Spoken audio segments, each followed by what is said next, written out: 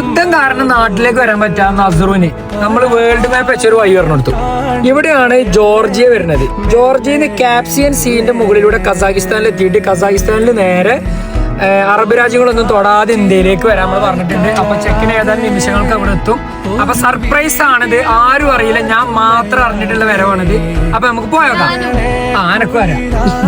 Pilot വരെ കുളിച്ചു മാറ്റി കടന്നുറങ്ങിക്കണം. പെരിപ്പിക്കാണ്ട് ഇപ്പൊ എപ്പോഴും വന്നിട്ടില്ല.